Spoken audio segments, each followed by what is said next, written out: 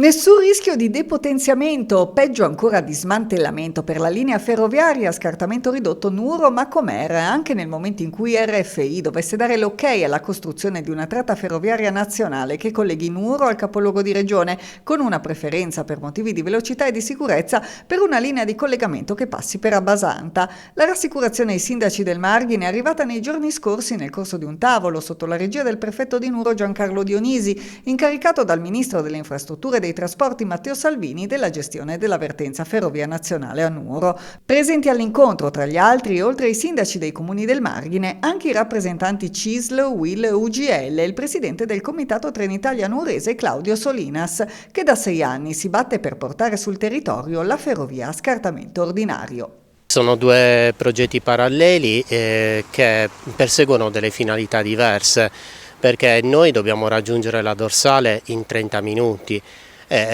Ovviamente dobbiamo collegarci con i principali poli della Sardegna, quindi Cagliari, Sassari, Olbia, porti e aeroporti. E l'altra, la Nuoro-Macomer, invece persegue una finalità diversa, più locale, e comunque ha la prospettiva di una metropolitana anche di superficie, quindi potrebbe essere migliorata, però persegue una finalità diversa e può coesistere con ovviamente la Nuoro Abbasanta.